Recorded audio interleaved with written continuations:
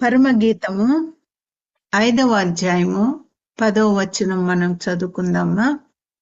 పరమగీతము 5:10.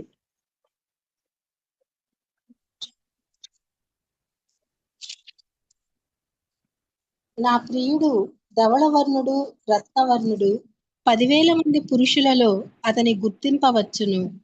చాలమ్మా. ఎవరమ్మా? మన ప్రియుడెవరు? యేసయ్య. యేసయ్య అతి సుందరుడంట. 10,000 మంది పురుషులు ఒక చోట ఉన్నారనుకోండి, ఒక స్టేడియంలో 10,000 మంది ఉన్నారనుకోండి, వాళ్ళల్లో యేసయ్య ఎక్కడో కూర్చొని ఉంటారు. కానీ ఎక్కడ కూర్చున్నాడో మనం గుర్తుపట్టగలిగినంత సుందరుడంట.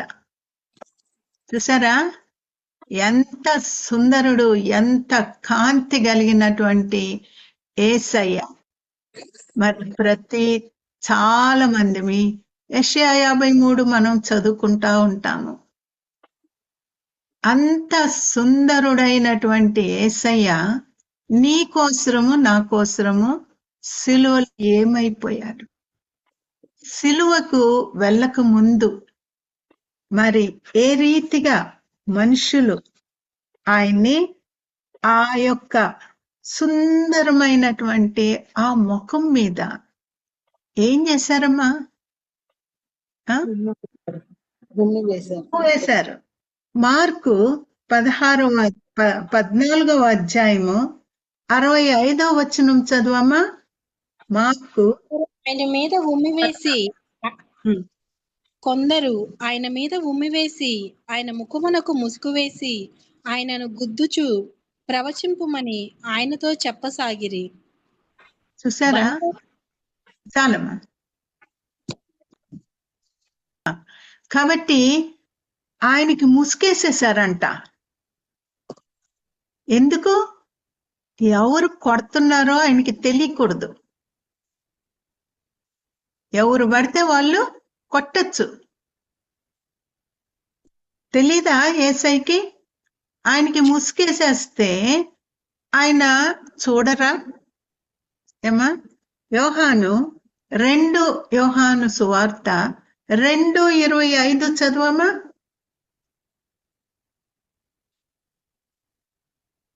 కనుక ఎవడనూ మనుష్యుని గూర్చి ఆయనకు సాక్ష్యం ఇయ్యనక్కరలేదు. అంతేనా? అంతే అండి. గనుక ఎవడనూ మనుష్యుని గూర్చి ఆయనకు సాక్ష్యం ఇయ్యనక్కరలేదు. ఓకే. ఎవ్వరు కూడా ఒకరిని గురించి సాక్ష్యం ఇవ్వని అవసరం లేదంట. ఆయనకి సమస్తము తెలుసు. నీ హృదయంలో ఏముందో తెలుసు, నువ్వు ఎక్కడ పుట్టావో తెలుసు, నీ పేరు తెలుసు. 139 1 2 3 చదవమ్మా.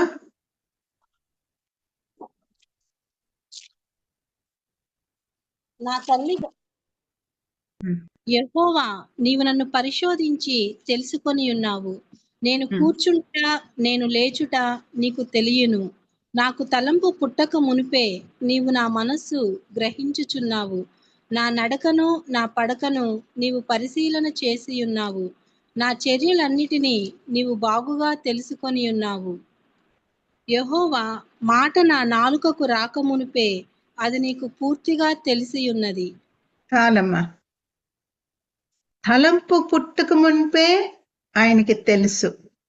మాట నోట రాకముందే ఆయనకి తెలుసు. నువ్వు పండుకున్నప్పుడు కూడా నీ పడక నీ నడక సమస్తం ఆయన పరిశీలిస్తున్నాడు. అట్లాంటి యేసయ్యకి కళ్ళగంతలు కట్టి ముసుకేసేసి నిన్ను ఎవరు కొట్టారో చెప్పు అంటే చెప్పలేడా యేసయ్య? చూడండి ఎంత హీనంగా యేసయ్యని మరి ఇన్సల్ట్ చేస్తున్నారు, ఆయన్ని అవమానపరుస్తున్నారు. దేనికి? ఇవన్నీ ఆయనకు అవసరమా? ఏమా ఆయనకు అవసరమా?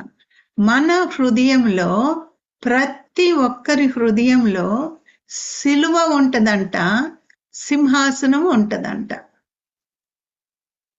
సింహాసనం మీద నువ్వు కూర్చుంటే యేసయ్య సిలువ మీద ఉంటాడంట.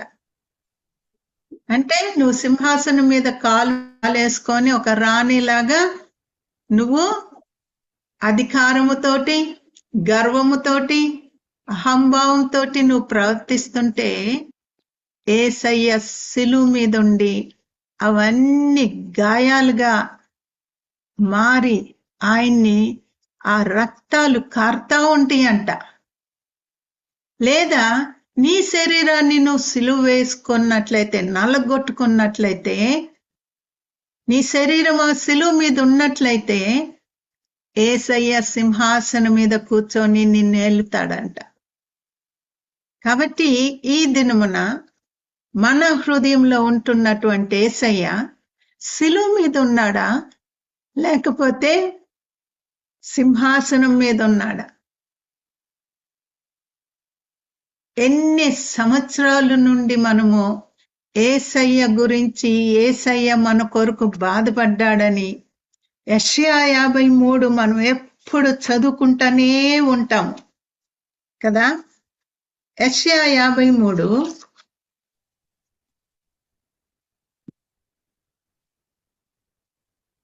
1 నుండి 4 వరకు చదువమ్మా. మేము తెలియచేసిన సమాచారము ఎవడు నమ్మెను? యెహోవా బాహువు ఎవనికి బయలుపరచబడెను?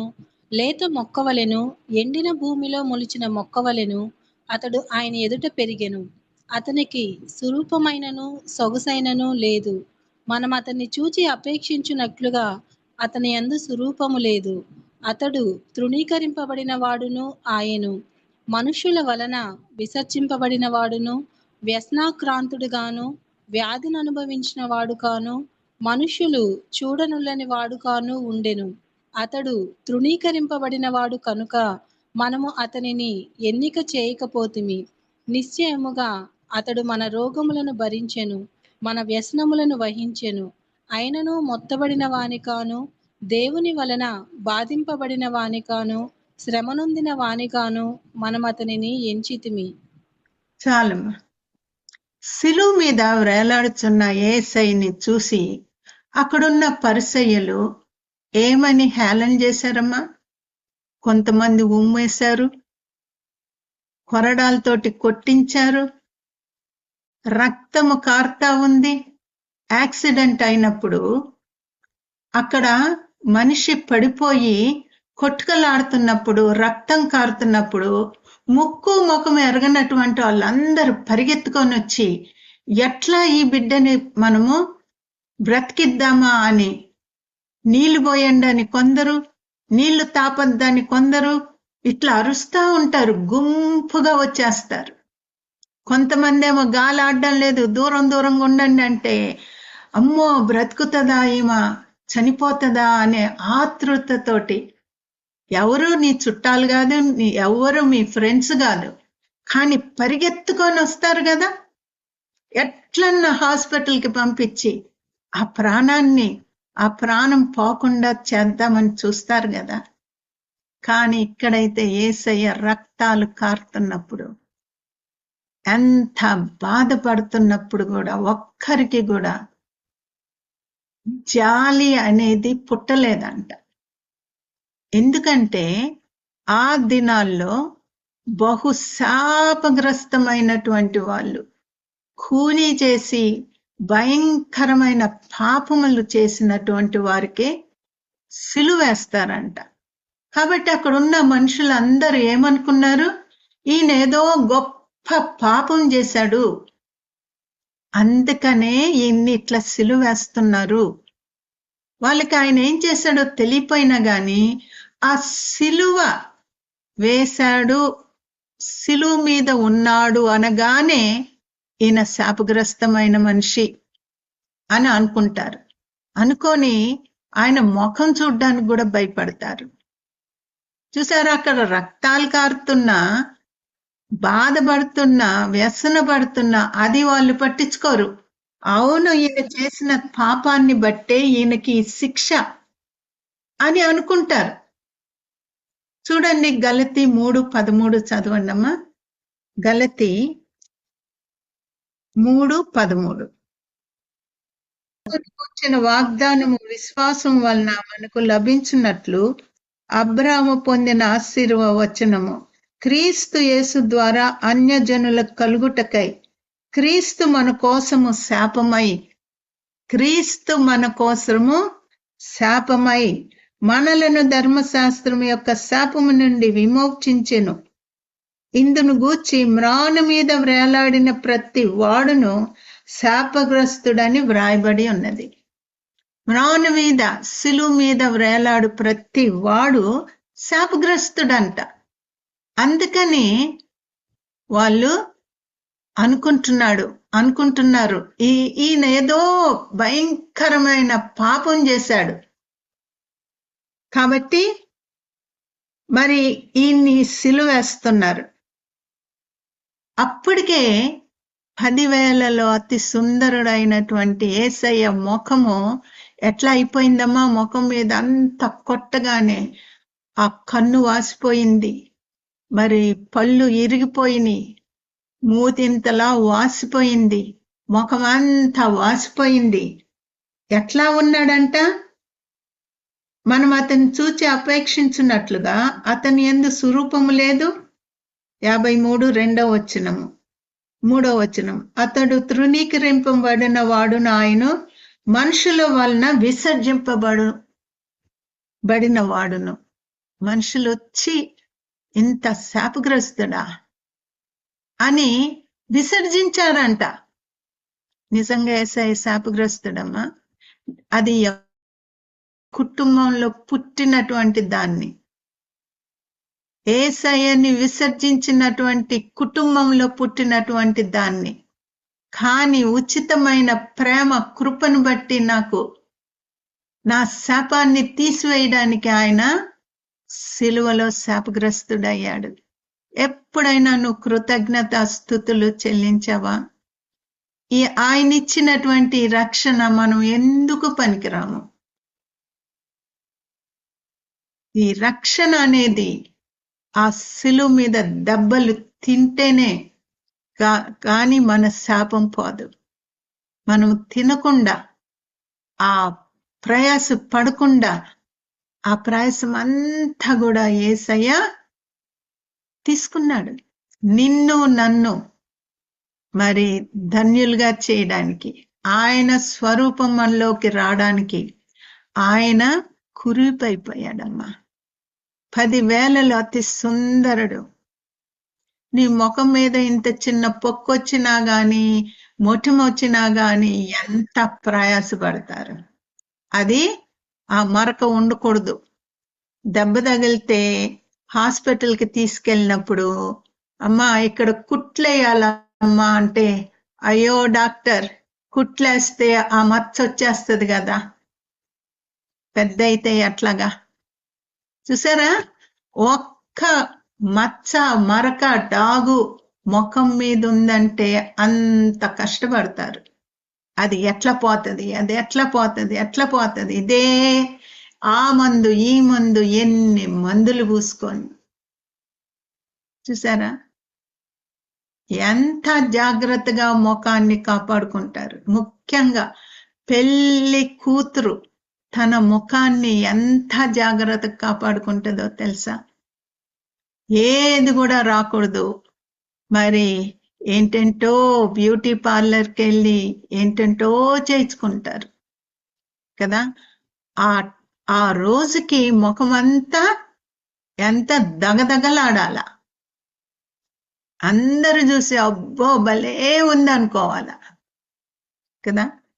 ఒక అమ్మాయి ముఖం నున్నగుంటుంది, పెళ్లి నెక్స్ట్ డే పెళ్లి, అమ్మాయికి ఎంత జాగ్రత్తగా ముఖాన్ని కాపాడుకుంటా వస్తుంది. ఆ రాత్రి ఏమైందో తెలియదు గాని మస్కిటో నెట్, దోమ తెర వేసుకొని పండుకుందంట. ఒకవేళ దోమ ఏమన్నా కుట్టి మళ్ళీ ఏమన్నా దద్దురు వస్తుందేమో అని. ఆ దోమ తెరలో ఎక్కడ దూరిందో సాలెడు పురుగు దూరింది. ఆ అమ్మాయిని కరెక్ట్ గా ఇక్కడ కొరికింది, ఏమంటారు, కుట్టింది. అంతే, ఇక్కడ ఏదో ఒక గాయం అయిపోయింది. ఎంత దిగులు పడింది.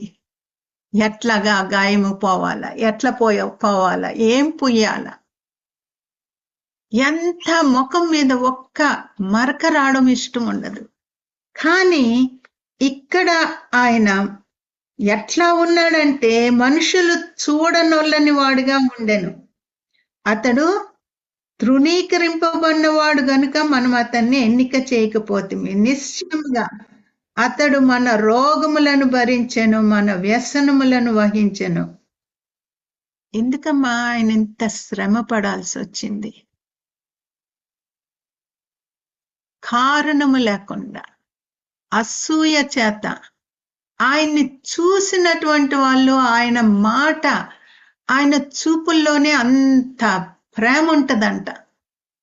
ఎటువంటి కఠినుడైనా సరే ఆయన నవ్వుతా మాట్లాడాడంటే అక్కడికక్కడ ఇరిగిపోతారంట. కానీ ఈ పరిసయ్యులు, శాస్త్రులు ఎంత భయంకరమైన కఠినాత్ములంటే రోజు చూస్తున్నారు, రోజు వింటున్నారు, కానీ హృదయంలో అసూయ. అందరూ ఈయన వైపు తిరిగిపోతారు. నా యొక్క ప్రాముఖ్యత పోతుంది, మనల్ని ఎవ్వరు ముఖం కూడా చూడరు. ఈయన వచ్చాడంటే అందరూ పరిగెత్తుకొని వెళ్తున్నారు ఆయన దగ్గరికి. మన దగ్గరికి ఎవ్వరు రావడంలా. అసూయ అసూయ అసూయ వచ్చి ఎట్లయినా సరే ఈయన్ని చంపిపడేయాలా. ఎంతమంది దేవుడు బిడ్డల్ని అట్లా అనుకొని చంపేస్తున్నారమ్మా, మనం చూస్తున్నాము కదా. వాళ్ళు ఏమన్నా అన్యాయం చేశారా? దేవుడు వాక్యం వాళ్ళు చెప్పారు. మనుషులను మారుస్తున్నారు, క్రీస్తు ప్రేమను చూపిస్తున్నారు. కానీ అసూయ చేత వీళ్ళు చంపేయాలంతే. ఎవరికి మరణ శిక్ష? ఎంతో ఘోరమైన పాపం చేసిన వాళ్ళకి మరణ శిక్ష కదా. కొట్టి చంపేయడము, బ్రతికి ఉండగానే వాళ్ళ అవయవాలు కోసేయడము. చూసారా ఎంత కక్ష, ఎంత అసూయ. మనిషి చూస్తే చంపేయాల. అట్లాంటి చీకటి శక్తులు ఇప్పుడు లోకంలో అటు ఇటు తిరుగుతున్నాయి. ఎవరిని చంపుదామా? ఏ దేవుడు బిడ్డలని చెప్పుకున్న వాళ్ళని ఎవరిని చంపుదామా అని సాతానుడు ఇటు అటు తిరుగులాడుతున్నాడు. ఎంతగా యేసయ్య మన కొరకు త్యాగం చేశాడు. ఇప్పుడు నీ హృదయంలో సింహాసనం మీద ఎవరున్నారు? సిలువ వేయబడి మరణించి పునరుద్ధానుడైనటువంటి యేసయ్య నీ హృదయం అనే సింహాసనం మీద ఆయన కూర్చున్నాడా? లేకపోతే నువ్వు కూర్చున్నావా? యేసయ్య ఈ సింహాసనం నాది, నువ్వు సిలువ మీద ఉండు. అది మన హృదయం. క్రీస్తు లేనటువంటి హృదయం అది. ఎంత తప్పు చేస్తున్నా అస్సలు గ్రహింపు లేనటువంటి హృదయం. యేసయ్యని నేను సిలువ వేస్తున్నానని గ్రహింపే రాదు. ఎందుకు యేసయ్య చూడనొల్లని వానిగా, విసర్జింపబడిన వానిగా, అసలు చూస్తే కొంచెం కూడా ఆయనలో సౌందర్యం లేదంట. ముఖం అంతా వాసిపోయింది. ముళ్ళ కిరీటం పెట్టినప్పుడు ఆ ఒక ముళ్ళు అంట ఎంత పెద్దగా ఉందంటే ఆ ముళ్ళు లోపల నుండి కన్ను గుడ్డులోకి నుండి బయటకు వచ్చిందంట. కానీ వాళ్ళకేమన్నా దయ ఉందమ్మా? లేదు. కక్ష. ఏమి చేశాడు ఈయనని ఎవరన్నా ప్రశ్నించాడా? మంచి చేశాడా? చెడు చేశాడా? లేదు. ఏమి లేదు, ఆయన శిలువ మీద వేలాడుతున్నాడు, శాపగ్రస్తుడు. గలతీ 3:13 ఉంది కదా, శిలువ మీద వేలాడే వాళ్ళు శాపగ్రస్తులని. ఈయన ఏంటో శాపగ్రస్తుడు, ఈయనేదో చేశాడు, అందుకే ఇంత భయంకరమైన మరణాన్ని అనుభవిస్తున్నాడు అని మనుషులు ఆయన్ని ఎంతగా హేళన చేశారు. నువ్వు దేవుడు కుమారుడు అని చెప్తున్నావు కదా, దిగి రావచ్చు కదా,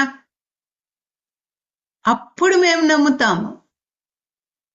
అందుకు కాదు కదమ్మా ఆయన వచ్చింది ఈ లోకానికి. జ్ఞానము లేనటువంటి వాళ్ళు ఏమనుకుంటారంటే ఈయన చచ్చిపోయాడు, ఆయన్నే కాపాడుకోలేకపోయాడే, ఇంకా మనల్ని ఏం కాపాడుతాడు, మిమ్మల్ని ఏం కాపాడుతాడు అని అనుకుంటున్నారు. అది సైతాను పెట్టినటువంటి తలంపు. ఆయన్ని ఆయన కాపాడుకోవడానికి కాదమ్మా వచ్చింది,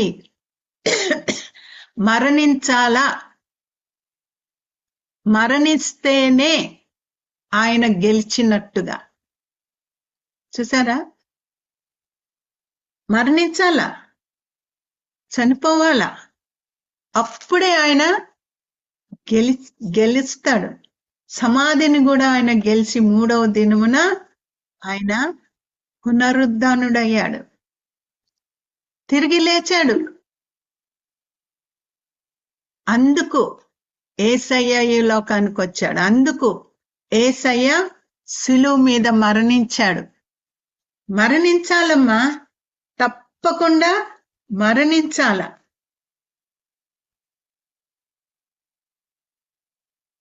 కాబట్టి యేసయ్య మన కోసం మన పాపములను పరిహరింపడానికి బలి అయిపోయాడమ్మా, బలి అయిపోయాడు.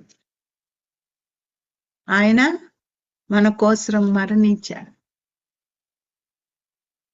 ఇప్పుడు నీ హృదయంలో ఆయన మరణించినటువంటి పునరుద్ధానుడైనటువంటి యేసయ్య నీ హృదయంలో ఉన్నాడా, లేకపోతే ఇంకా శిలువ మీదే ఉంచావా? పశ్చాత్తాపడకుండా, ప్రభువా ఈ సింహాసనం మీద నువ్వు కూర్చో, నేను సిలువ వేయబడాలా, నా పాపము సిలువ వేయబడాలా, నా గర్వము ప్రభువా, ఓర్పు లేని తనము, సహనము లేదు, అహంభావము, లోకాన్నే నేను ప్రేమిస్తున్నాను ప్రభువా అని చెప్పి నువ్వు పశ్చాత్తాపడి నువ్వు యేసయ్యని ఆ సింహాసనం మీద పెట్టి నువ్వు సిలువ మీద ఎక్కుతావా? మంచి శుక్రవారం అని చెప్పి 7 మాటలు యేసయ్య పలికిన మాటలు విని ఎన్ని సంవత్సరాలు తరబడి నువ్వు వింటున్నావు, ఏమన్నా మార్పు వచ్చిందా నీలో?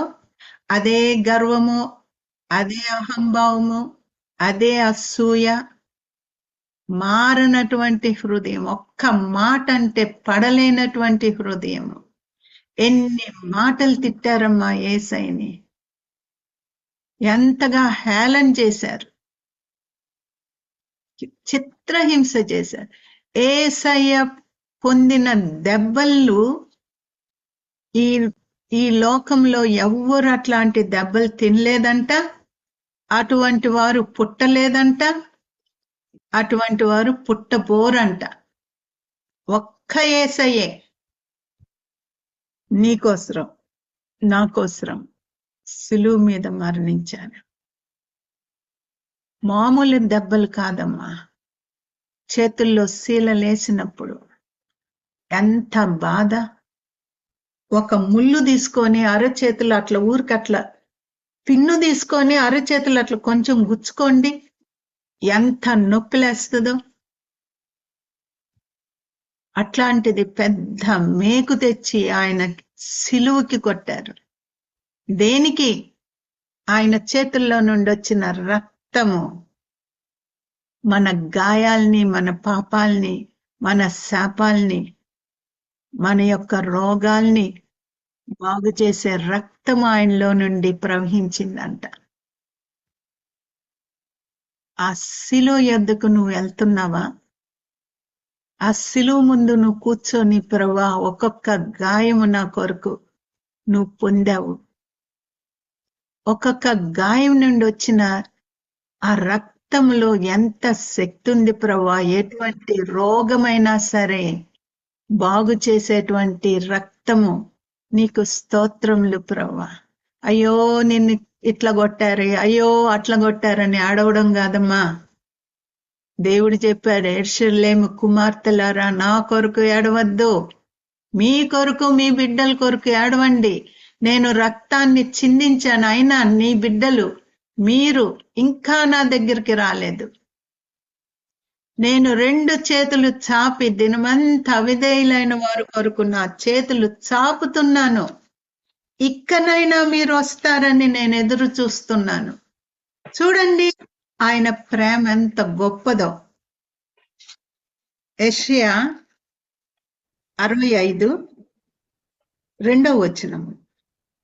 తమ ఆలోచనలను అనుసరించి చెడు మార్గమున నడుచుకొనుచు లోబడనొల్లని ప్రజల వైపు దినమంతయు నా చేతులు చాపుచున్నాను. చూసారా? యెరూషలేము కుమార్తెలారా మీ కొరకు మీ బిడ్డల కొరకు ఏడవండి. దినమంతా చెడు మార్గము నడుచుకొంచు లోబడనొల్లని ప్రజల కోసము దినమంతా నా చేతులు చాపి ఉన్నాను. ఇంకా వస్తారేమో, ఇంకా వస్తారేమో. మనం ఏం చేస్తున్నాం? ప్రభా ఇంత గాయపరచబడ్డావా, ప్రభా నిన్నెంత కొట్టారు, ప్రభా నిన్నెంత గాయపరిచారు అని అంటున్నాం. రోజు నువ్వు ఆయన్ని గాయపరుస్తూనే ఉన్నావమ్మా, నీ మాటల చేత, నీ చేష్టల చేత. ఒక చిన్న శోధన వచ్చినప్పుడు అబద్ధమాడి తప్పించుకుంటావు అంతే. ఇంకా నీ నోట్లో నుండి అబద్ధాలు మానలేదు. ఏంటంటే వాళ్ళు ఏమన్నా అనుకుంటారేమో, బాధపడతారేమో అని దాని ద్వారా సాతానుడికి నువ్వు ద్వారం తెరుస్తున్నావని నువ్వు గ్రహించుకోలేకపోతున్నావు. ఎంత జాగ్రత్తగా ఉండాల. ఎంత రక్తాన్ని చిందించాడు యేసయ్య. ఆఖరి బొట్టు వరకు నీ కొరకు నా కొరకు రక్తాన్ని కార్చాడు. నేను త్వరగా రానై ఉన్నాను అని చెప్తున్నాడు యేసయ్య. యేసయ్య చనిపోయి ఏమని చెప్పాడు? నేను వెళ్తాను. యోహాను సువార్త 14వ అధ్యాయము 1-2 చదువమ్మా. మీ హృదయమును కలవరపడనీయకుడి. దేవుని యందు విశ్వాసముంచుచున్నారు, నాయందును విశ్వాసముంచుడి. నా తండ్రి ఇంట అనేక నివాసములు కలవు. లేని ఎడల మీతో చెప్పుదును. మీకు స్థలము సిద్ధపరచి వెళ్ళుచున్నాను. నేను వెళ్ళి మీకు స్థలము సిద్ధపరిచిన ఎడల నేనుండు స్థలములో మీరును ఉండులాగున మరలా వచ్చి నా యొద్ద నుండుటకు మిమ్మును తీసుకొని పోవుదును. చాలమ్మా. ఎంత ప్రేమ కలిగిన దేవుడో చూడండమ్మా. నేను వెళ్తున్నాను అని చెప్తే శిష్యులు ఎంతో దిగులు పడుతుంటే, లేదు మీరు దిగులు పడద్దు, మీరు దేవుని యందు విశ్వాసం ఉంచుతున్నారు, నా యందు కూడా విశ్వాసం ఉంచండి. నేను వెళ్తున్నాను, తిరిగి వస్తాను. ఇప్పుడు వెళ్ళిపోయాడు యేసయ్య. దేవుని బిడ్డలకి రకరకాల గృహాలు సిద్ధము చేసి మరి రాబోతున్నాడు. మరి నువ్వు సిద్ధంగా ఉన్నావా? ఏమా? నేను వెళ్ళి నేనుండు చోటు నువ్వు కూడా ఉండేటట్టుగా నాతో నువ్వు ఉండాలా, నా ఇంట్లో ఉండాలా, నా పరలోకంలో నువ్వు ఉండాలా. ఆయన ప్రేమ చూడండమ్మా.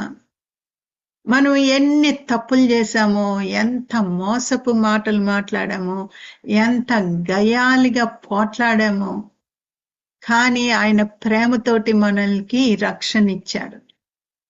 ఇచ్చినప్పుడు ఎంత కృతజ్ఞత కలిగి ఉండాలా. రక్షణ ఇవ్వడమే కాదు, ఆయన చెప్తున్నాడు, నిన్ను వదులుకోవడం నాకు ఇష్టం లేదు, నాతో నువ్వు ఉండాల.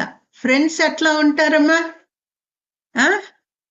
అబ్బో, ఒకే ప్లేట్లో తింటారు, ఒకే మంచంలో పండుకుంటారు, ఒకేలాంటి బట్టలు వేసుకుంటారు, ఒకరంటే ఒకరికి ప్రాణంగా ఉంటారు. ఇంకా వాళ్ళకి పెళ్ళైపోయి వెళ్ళిపోతున్నారంటే ఎంత దుఃఖమో చెప్పడానికి లేదు. ఒక మనిషిని ఇంతగా ప్రేమించినప్పుడు దేవుడు మనల్ని ఇంకెంతగా ప్రేమిస్తాడు. మామూలు ఇల్లులు కాదమ్మా అక్కడ. మట్టి, ఇసుక, సిమెంటు పరలోకంలో లేవు. ఏమున్నాయి?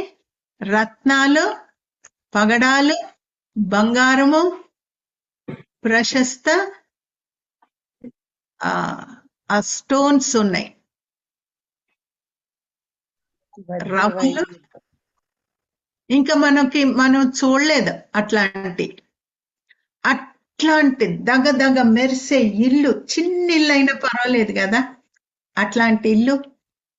ఏమా, పెద్ద ఇల్లు, సిమెంటు ఇటుకలతో కట్టిన ఇల్లు కన్నా బంగారంతో కట్టిన చిన్నిల్లు ఎట్లా ఉంటుందో ఆలోచించండి.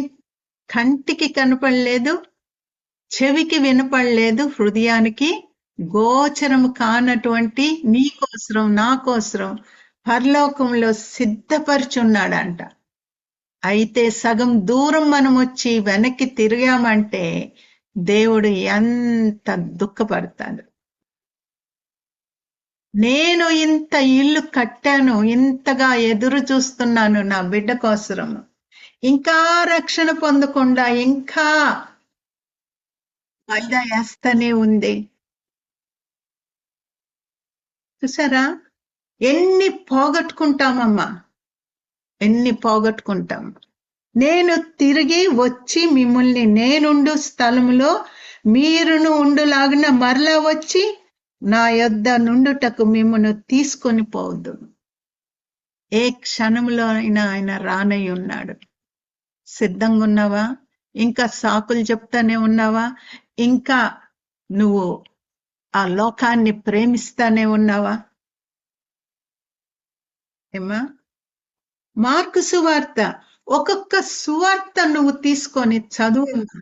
ప్రతి మత్తయి, మార్కు, లూకా, యోహాను ఆఖరి అధ్యాయాలు నువ్వు చదివినప్పుడు నీకోసరం నా కోసరం ఆయన ఎంత శ్రమ పడ్డాడు, ఎంత హింసింపబడ్డాడు.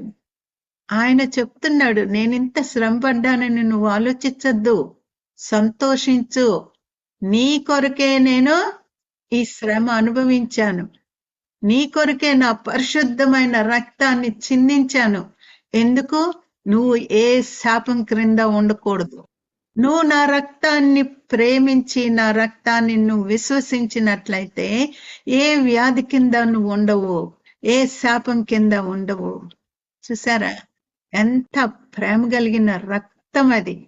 సామాన్యమైన రక్తం కాదమ్మా, తండ్రి యొక్క రక్తం అది, పరిశుద్ధమైన రక్తము.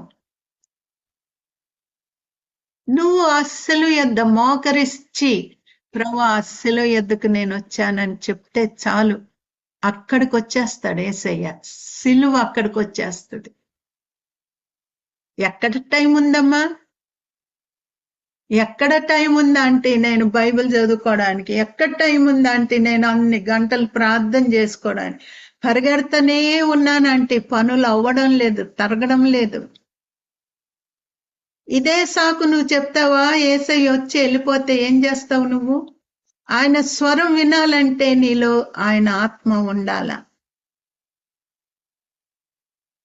ఎంత ప్రార్థన చేసినా గాని, ఎంత త్యాగం చేసినా గాని నీలో పరిశుద్ధత లేకుండా చేస్తావు, మంచి పనులు చేస్తావు, కానీ ఆ అన్యుల ఆ మనస్సు నీలో నుండి పోలేదు. ఆ కులము అనేది ఎక్కడో నిన్ను ఇంకా నిన్ను ఏల్తనే ఉంది. క్రీస్తు స్వభావము నీలోకి రాలేదు. సంఘంలో నువ్వు అందరిని ఒకేలాగా చూస్తున్నావా, రకరకాలుగా చూస్తున్నావా? ఏమా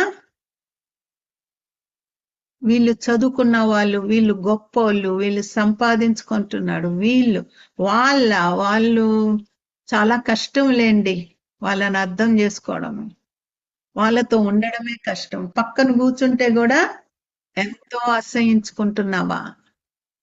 పక్కన కూర్చోడానికి కూడా నీకు ఇష్టం లేకుండా ఉందా?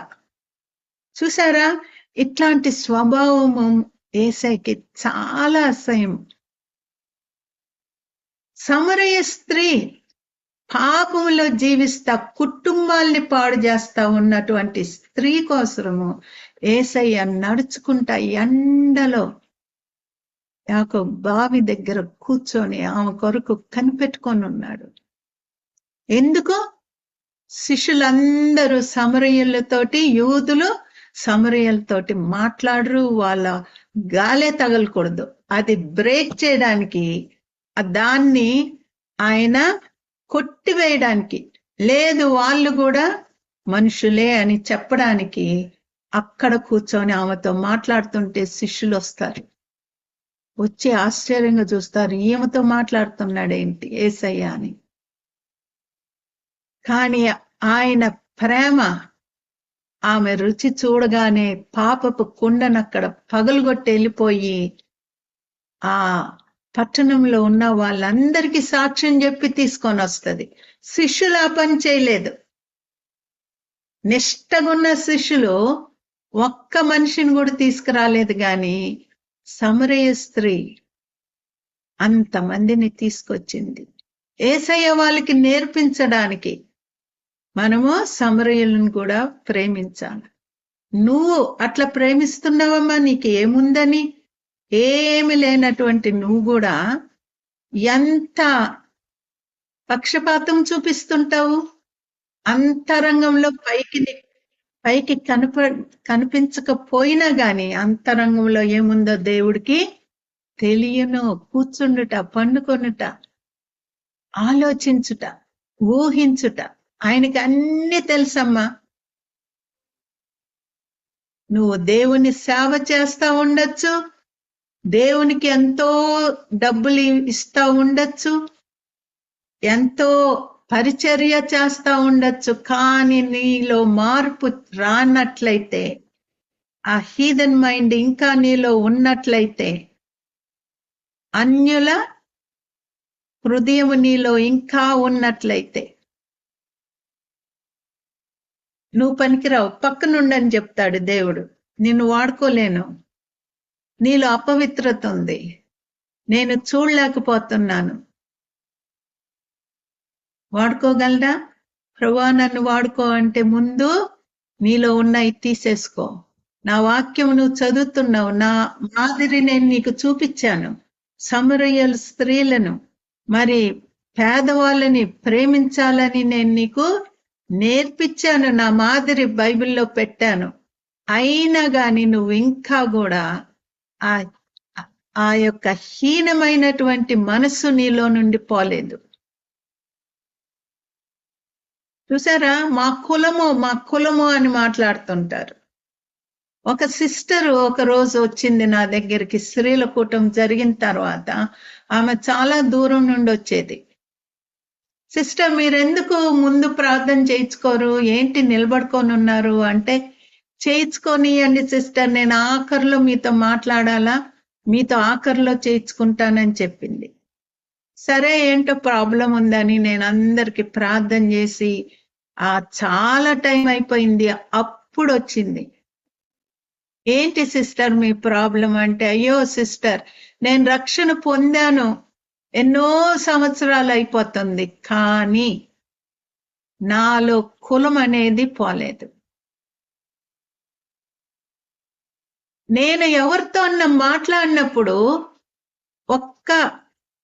ఒక్క మాట మాట్లాడి రెండో మాటలో నేను ఏ కులానికి చెందానో వెంటనే నా మాటల్లో వచ్చేస్తుంది సిస్టర్, తెలియకుండానే వచ్చేస్తుంది, మేము పలానోళ్ళము అని వచ్చేస్తుంది నాలో. ఆ కులం అనేది నాలో నుండి పోవడం లేదు సిస్టర్ అని చెప్పింది. అదేంటి సిస్టర్, ఇన్ని సంవత్సరాలు ఫెలోషిప్ లో ఉంటా జో గారు ఎంత చెప్తున్నారు, కులం అనేది ఒక దయ్యము, ఆ దయ్యాన్ని వెళ్ళగొట్టాలా, పశ్చాత్తాపడాలా అని ఎంత చెప్తున్నారు. అవును సిస్టర్ చెప్తున్నారు, కానీ నాకు ఇది వదలడం లేదు సిస్టర్, ఏం చెయ్యాలా నేను? సరే నూనేసి ప్రార్థన చేస్తాను అని చెప్పి ఆమె మీద నూనేసి ప్రార్థన చేస్తుంటే గట్టిగా నిలబడింది. అస్సలు వదలడం లేదు, అంత పాతుకుపోయింది. చెప్తుంది ఆ వేర్లు సిస్టర్ నా అవయవాల్లో అన్నిట్లో ప్రాకిపోయింది, అది ఎట్లా బయటకు వస్తుందో నాకు తెలియడం లేదంటుంది. నీకు అసాధ్యమమ్మా, కానీ నువ్వు శిలువ యొద్దకు వెళ్ళినప్పుడు దేవుని బిడ్డలతో నువ్వు ప్రార్థన, నువ్వు మొట్టమొదట హృదయం విప్పాల. నాలో లేదు అని నువ్వు అనుకోవచ్చు, కానీ నీలో ఉంది. ఆ కులం అనేది, నేను నా స్టేటస్ వేరు, నేను హైయర్ స్టేటస్ ఏమా అని నువ్వు ఎంతగా ఆలోచిస్తున్నావో దేవుడు అంటున్నాడు, నిన్ను పక్కన పెట్టేస్తున్నాను, నాకు అవసరంలా, నా కంటికి కనిపిస్తుంది. ఆ చీకటి, నీలో ఉన్న చీకటి, కులం అనే చీకటి నా కంటికి కనిపిస్తుంది. అది నువ్వు ఇంకా ప్రార్థన చేస్తావు గాని ఇంకా కులం అనేది నీలో నుండి పోలేదు. పోయిందని నువ్వు ఒకవేళ అనుకుంటున్నావేమో, పోలేదు. నీ క్రియల్లో నువ్వు చూపిస్తానే ఉన్నావు, నీ మాటల్లో నువ్వు చూపిస్తున్నావు. కొన్ని గంటలు అవసరము, దాదాపు 2 గంటలే చేశానో ఎంతసేపు చేశానో తెలియదు, కానీ ఆఖరికి ఆమె కూలిపోయి లేసి, సిస్టర్ ఇప్పుడు నాలో నుండి వెళ్ళిపోయింది సిస్టర్, ఆ చీకటి వెళ్ళిపోయింది అని చెప్పింది. చూసారమ్మా, ఒక్క పాపము దేవుడు నిన్ను వాడుకోనీయకుండా నిన్ను మభ్యపరుస్తున్నాడు. కులము కాబట్టి దేవుడు దానికోసం కూడా ఒక దెబ్బ తిన్నాడు. ఆ యొక్క నీ చెడు తలంపుల కోసం, ముళ్ళ కిరీటం నుండి వచ్చిన రక్తం యేసయ్యా నా తలంపుల మీద పడనీయండి యేసయ్యా, నాకు జయము రావడం లేదేసయ్యా అని నువ్వు ప్రార్థన చెయ్యి. నా చేతులు ఎట్లున్నాయి, చేతులతో ఏమేమి పాపాలు చేస్తున్నాను, ఏమేమి ఆశిస్తున్నాను ఈ చేతులతోటి, ఏమేమి పొందుకుంటున్నాను ఈ చేతులతోటి. ఒకవేళ నీకు అబద్ధముగా నేను పొందుకుంటున్నానేమో ప్రభువా, ఈ చేతుల్లో ఉన్న చీకటి, ఎక్కడెక్కడికి నేను నడుచుకొని వెళ్ళాను పాపం కోసమని, సినిమాల కోసమని, మరి టీవీల కోసం అని, ఇంట్లో టీవీ లేకపోతే పక్కింటోళ్ళ దగ్గరకో ఎక్కడికో వెళ్ళి టీవీ చూడాలా. అప్పుడు క్రొత్తగా వచ్చినప్పుడు ఎట్లా నడిచి వెళ్ళావు.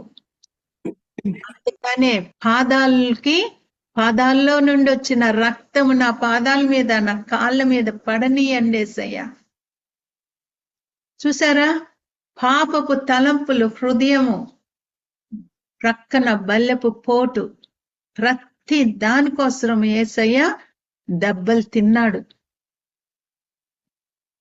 నా పడకలు ఎట్లున్నాయి ప్రభా, పరిశుద్ధంగా ఉన్నాయా? నా యవన కాలంలో నేను చేసిన పాపాలని బట్టి నీకు బల్లెపు పోటు ప్రభా, అక్కడి నుండి వచ్చిన రక్తము నా మీద పన్నీయండి. యవన కాలపు పాపాన్ని క్షమించి నేను ఎట్లా ఒప్పుకోవాలా? కొంతమంది వస్తారు, తల్లులు, పిల్లలు పెద్దోళ్ళైపోయారు, అయినా గాని యవన కాలంలో చేసిన పాపము వెంటాడుతానే ఉందంట. ఒక సిస్టర్ని వివాహానికి ముందే పాపంలో పడిపోయింది. తెలియక ఏంటంటే అంకులు ఆంటీ అని పక్కింటికి వెళ్ళినప్పుడు ఆ అంకులు ఈ అమ్మాయిని బలవంతం చేసి తన్ని లొంగగొట్టుకున్నాడంట. తనకి తెలియలేదు ఈయన పెద్ద ఆయన అంకులు అని వెళ్ళిందంట. అప్పుడు చెప్పాడంట ఆయన, ఎవరికన్నా ఈ విషయం చెప్పావా నీకు పెళ్ళవదు, నేను మాట్లాడతానన్నాడంట. దాంతోటి కృంగిపోయి రాత్రింబగళ్ళు పెళ్ళైపోయింది, పెళ్ళైనా గాని రాత్రింబగలు ఏడుస్తూనే ఉందంట. ఎవరికి చెప్పుకోవాలా? వాక్యము వింటుంది. నీ పాపాలు అతిక్రమములు దాచిపెట్టువాడు వర్ధిల్లడు, వాటిని ఒప్పుకొని విడిచిపెట్టువాడు కనికరం పొందునా అని వాక్యం వింటుంది. ఎవరికి చెప్పుకోవాలా? ఎవరికన్నా చెప్పుకుంటే వీళ్ళందరికీ చెప్తారు. అవునమ్మా, అట్లాంటి వాళ్ళు ఉన్నారు.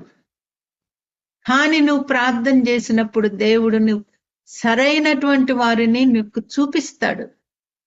వెళ్ళు, సరైనటువంటి వాళ్ళు ఎవరు ప్రభువా అని అడుగు. అడిగి నీలో ఉన్న ఆ పాపపు ఆ భారం అంతా ఒప్పుకొని వదిలేసేయి. ఆ సిస్టర్ ఒక రోజు ఇంటికి వస్తానని చెప్పి ఇంటికి వచ్చి ఏడ్సి ఏడ్సి ఏడ్సి, ఈ పాపం నన్ను వెంటాడుతుంది సిస్టర్, నేను ఎవ్వరికి చెప్పుకోలేకపోతున్నాను, ఏమైందమ్మా ఏమైందమ్మా చెప్పమ్మా అంటే, అప్పుడు చెప్పింది, నా యవన కాలంలో నేను ఈ పాపములో పడ్డాను. కొంతమంది తెలియక పడతారు, కొంతమంది తెలిసి తెలిసి తెలిసి పాపం వెంబడి పరిగెడతారు. అయినా పర్వాలేదు, దేవుడు అంటున్నాడు, అందుకోసమే పాపుల కోసమే నేను వచ్చాను. మరి నువ్వు వస్తావా? నువ్వు నమ్ముతావా? నేను నీకోసరమని రక్తాన్ని చిందించానని నువ్వు నమ్ముతావా? నువ్వు నమ్మితే నా బిడ్డగా నిన్ను చేసుకుంటా. నేను అడగను నువ్వు ఎందుకు ఈ పాపం చేశానని అడగను. నువ్వు ఒప్పుకో, నువ్వు ఒప్పుకొని విడిచిపెట్టు. నిన్ను కనికరిస్తాను, ఎన్నడు కూడా నిన్ను అడగను. భయపడద్దు, నేను నీతిమంతుల కోసం రాలేదు, నశించిపోతున్న పాపుల కోసం నేను వచ్చాను. ఎందుకమ్మా భయము? ప్రతి ఒక్కరూ గొర్రెల వలె దారి తప్పిపోయారని దేవుడు చెప్తున్నాడు. ప్రతి ఒక్కరూ మరి ఏ రీతిగా దారి తప్పిపోయారు?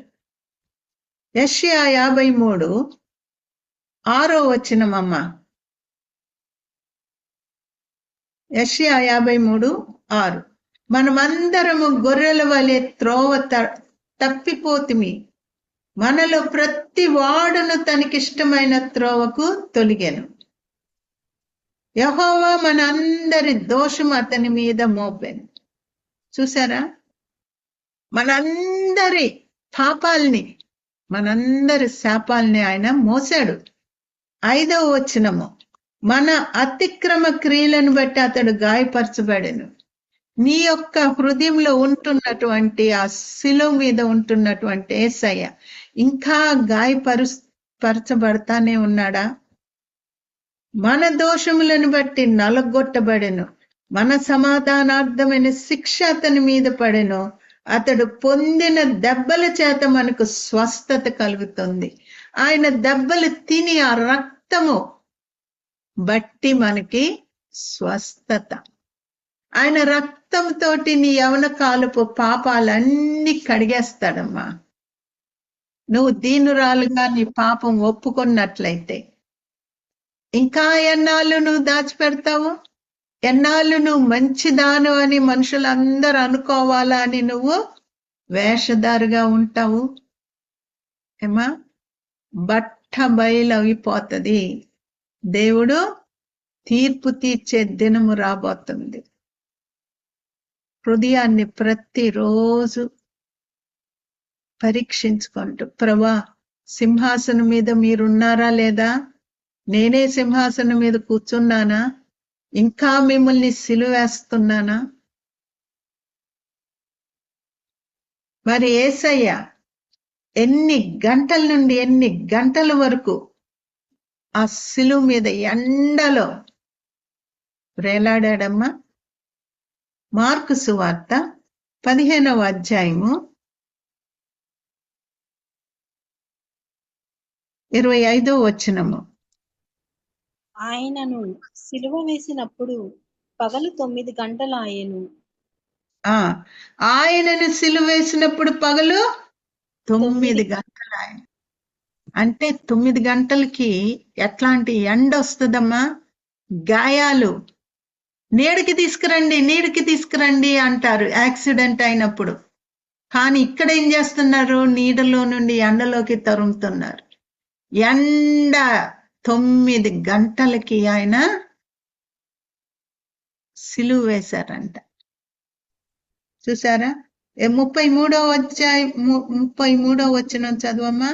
మధ్యాహ్నము మొదలుకొని 3 గంటల వరకు ఆ దేశమంతటను చీకటి కమ్మెను.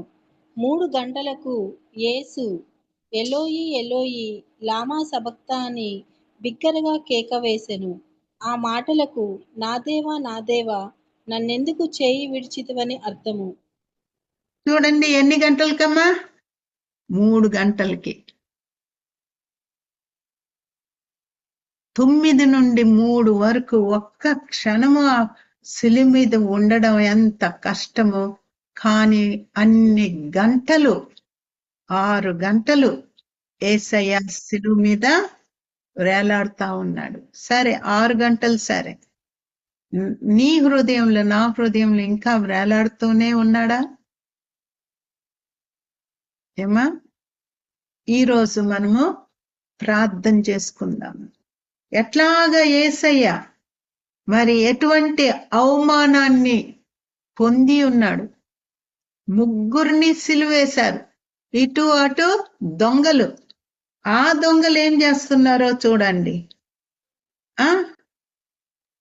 32వ వచనము, మార్కు 15:32వ వచనము. ఇశ్రాయేలు రాజగు క్రీస్తు ఇప్పుడు శిలువ మీద నుండి దిగి రావచ్చును. అప్పుడు మనము చూచి నమ్ముదమని ఒకరితో ఒకరు చెప్పుకొనిరి. ఆయనతో కూడా సిలువ వేయబడిన వారును ఆయనను నిందించిరి. సిలువ వేసే ఆ దొంగలు కూడా నిందించారంట. చూడండి ఎట్లాంటి నిందలమ్మా. ఆ దొంగలు భయంకరమైనటువంటి దొంగలు. వాళ్ళు కూడా యేసయ్య ఎదుట గొప్పగా వాళ్ళని వాళ్ళు హెచ్చించుకున్నారు. యేసయ్య కన్నా వాళ్ళు కూడా నిందించారంట. తర్వాత కుడివైపునున్న ఆ యొక్క దొంగ పశ్చాత్తాపడి, ప్రభువా నువ్వు నన్ను గుర్తు చేసుకో అని అడిగినప్పుడు, పరదేశంలో నువ్వు కూడా ఉంటావు, ఇప్పుడే మన ఇద్దరం వెళ్తాము. మొట్టమొదట అడుగుపెట్టింది పరదేశంలో అడుగుపెట్టింది ఎవరంటే ఈ దొంగ. యేసయ్యతో పాటు వెళ్ళాడు. చూసారా? పశ్చాత్తాపడితే ఎంత ఆశీర్వాదం అమ్మా. వింటున్నాము, సంవత్సరాల తరబడి వింటున్నాము, ఇంకా కొట్టబడతానే ఉన్నాము, ఇంకా పాపము వెళ్తానే ఉంది. అస్సలు ఇష్టం లేదు ఒప్పుకోవడము.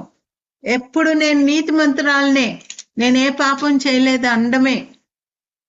అంత భయంకరమైన పాపాలు మేము చేయలేదు సిస్టర్, మేము జాగ్రత్తగా ఉన్నాము. సరే, దేవుడు ఏం చెప్తున్నాడు? అప్పుడు క్రియల్లో చేశారు, ఇప్పుడైతే ఒక స్త్రీ పురుషుణ్ణి మోహపు చూపుతో చూసినట్లయితే నా దృష్టికి పాపం చేసింది అయిపోయింది.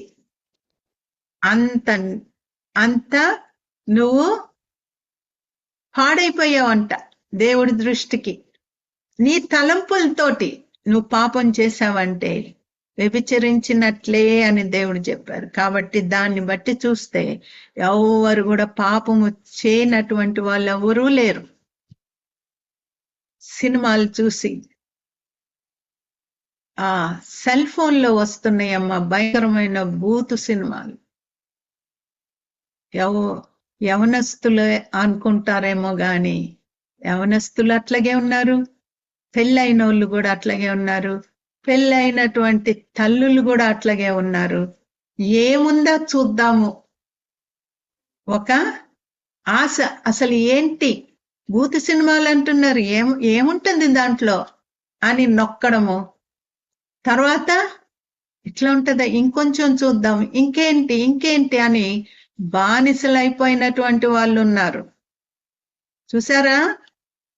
వెంట్రుకంత సందు నువ్వు ఇచ్చావంటే దాన్ని పెద్దగా చేసుకొని తిన్నగొచ్చేస్తాడు సాతానుడు. ఎంతమంది చెప్తున్నారు, బయటికి రాలేకపోతున్నామా ఆంటీ? ఏమా, ఎవరు వాళ్ళు? ఒక సిస్టర్ చెప్తున్నారు, సిస్టర్ నేనేదో కార్టూన్స్ అట్లా ఇట్లా చూసేదాన్ని, అట్లా నెమ్మదిగా నేను సినిమాలు చూడడం మొదలేశాను. ఆ సినిమాల నుండి నేను ఎట్లా బయటపడాలో నాకు తెలియడం లేదు. సేవ చేసినటువంటి సేవకురాలు చూసావా, మొత్తం పోగొట్టుకుంది. కొంచెం స్థలం ఇచ్చింది, అంత ఆశ్చర్యపోయాను నేను. తెలుసు అనేక మందిని చెడు తలంపులు కూడా తప్పని చెప్పినటువంటి ఆమె ఇప్పుడు సినిమాలు ఎదుట కూర్చొని గంటలు చూస్తుంది. అది తప్పని తెలిసినా గాని బయటికి రాలేపోతుందంట. మరి అదేంటో మనకు తెలియడంలా. అంతగా సాతానుడు గొలుసులేసి కట్టేశాడు. అప్పుడు తన హృదయంలో ఎవరు ఎక్కడ ఉన్నారని నువ్వు తలుస్తావమ్మా? యేసయ్య శిలువ మీద ఇంకా వేలాడుతూనే ఉండి, నా బిడ్డ నీ కొరకు నేను ఇంత రక్తాన్ని చిందిస్తున్నాను, రా, ఇప్పటికైనా రా, నేను ఏమన్ను, నా రక్తాన్ని నువ్వు నమ్ము, నేను నిన్ను కడిగేస్తాను. ప్రార్థన చేసుకుందామా? రేపు మంచి శుక్రవారము మనము ఆయన యొక్క మాటలు, ఆయన ఎంత శ్రమ పడింది, మనము ఈ రోజు నుండి సిద్ధపడదాము. ప్రభువా, నా హృదయంలో ఇక మీదట నువ్వు ఉండడానికి, శిలువ మీద ఉండడానికి వీల్లేదు యేసయ్య. ప్రతిరోజు నా హృదయాన్ని నేను పరీక్ష చేసుకొని సింహాసనం మీదే ఉండాలా. నేను ఎప్పుడు కూడా ఆ సింహాసనం మీద నేను ఉండకూడదు అని ప్రార్థన చేసుకుందామా? కళ్ళు మూసుకోండి అందరూ. మీకు ఎక్కడైతే అనారోగ్యం ఉందో చేతులు పెట్టుకోండి, ప్రార్థన చేద్దాము. పరిశుద్ధమైన తండ్రి, ప్రేంగల ప్రభువా, సర్వశక్తి కలిగిన దేవా, ప్రభువా, మా కొరకు ఎంతగా మీరు శ్రమ పడ్డారు. జయించిన జయశీలుడివి ప్రభువా. ప్రతి గాయాన్ని జయించారు, ప్రతి పాపాన్ని జయించారు, ప్రతి చీకటిని జయించారు, ప్రతి రోగాన్ని జయించారు, ప్రతి శాపము దరిద్రతను మీరు జయించారు. మీరు జయించలేనటువంటిది ఏది కూడా లేదు ప్రభువా. అందుకొరకై మీ కృతజ్ఞత స్తోత్రములు. నా దయగల్ల తండ్రి, మరి ఆ రక్తము ప్రభువా 2000 సంవత్సరాలు 26 సంవత్సరాల క్రితము కార్చిన రక్తము ఇప్పుడు కాస్తే ఎంత తాజాగా ఉంటుందో అంత ఫ్రెష్ గా ఉన్న రక్తము, మా పాపములను కడిగివేసే రక్తం కొరకు స్తోత్రములు ప్రభువా. ఎంతమంది అయితే ఇంకా భయపడుతున్నారో పాపాలు ఒప్పుకోవడానికి, ఈ దినమున ప్రభువా మీరే మాట్లాడండి. అందరూ పాపం చేశారు, నువ్వు ఒక్కదానివే కాదు, అందరూ చేసి తప్పిపోయారు. నువ్వెందుకు ఇంత కన్నీరు కారుస్తున్నావు, ఒప్పుకొని విడిచిపెట్టు అని మీరు మాట్లాడండి నా తండ్రి. నా దయగల్ల ప్రభువా, అనారోగ్యంగా ఉండి చేతులు పెట్టుకున్నటువంటి బిడ్డల్ని జ్ఞాపకం చేసుకోండి. సాతాన్ని ప్రభువా శిరస్సును చిత్తగొట్టినటువంటి యేసయ్య నామమున ఆ అనారోగ్యాన్ని ప్రభువా యేసు నామమున ఎదిరిస్తున్నాను. ఈ శరీరాలు జీవం గల దేవునికి ఆలయము కాబట్టి ఉండడానికి వీల్లేదు. లొంగాల యేసు నామానికి. ప్రతి చీకటి వదిలేయాల, ప్రతి కట్టు తెగిపోవాల యేసు నామమున. ఏ దుర్మార్గుడే కట్టు కట్టాడో నీ బిడ్డలకి ప్రభువా తండ్రి, ఏ చాతబడి కట్టుందో యేసు నామమునప్పుడు కూలిపోవాల. ప్రతి చాతబడి కట్టు కూలిపోవాల యేసు నామమున. యాక్సిడెంట్ అయినప్పుడు దూరినటువంటి చీకట్లు యేసు నామమున వదలాల. ప్రతి అవయవాన్ని వదలాల. క్రింద పడిపోయినప్పుడు కూడా ప్రభువా దూరినటువంటి చీకట్లు యేసు నామమున వదిలేయాల. యేసయ్య, ఇంకా కఠినంగా ఉన్నటువంటి హృదయాలు నజరేయుడైన యేసు నామమున మాంసం హృదయమును మీరు దయచేయండి తండ్రి. ఆ బిడ్డల్ని దర్శించండి, ఆ కఠిన హృదయం తీసేయండి ప్రభువా. నీ కృపను మా మీద ఉంచమని నా తండ్రి, రానైన దినాలు చాలా భయంకరమని చెప్తుండగా మేము మోకరించి ప్రార్థన చేయడానికి సిద్ధపడ్డానికి సహాయం దయచేయండి. నాకు స్వస్థత లేదు అనుకోనియద్దు ప్రభువా. కొండలను కరగగొట్టే దేవుడవు, గడ్డలను కరగొట్టే దేవుడవు, నీకు స్తోత్రములు ప్రభువా. నా దయగల తండ్రి, పూర్తి స్వస్థత యేసు నామమున పూర్తి స్వస్థత మీరు దయచేయమని ఈ మాకిచ్చిన ఈ దినం కొరకు స్తుతిస్తూ క్రీస్తు పుణ్య నామమున వేడుకొని ప్రార్థిస్తున్నాను తండ్రి. ఆమేన్.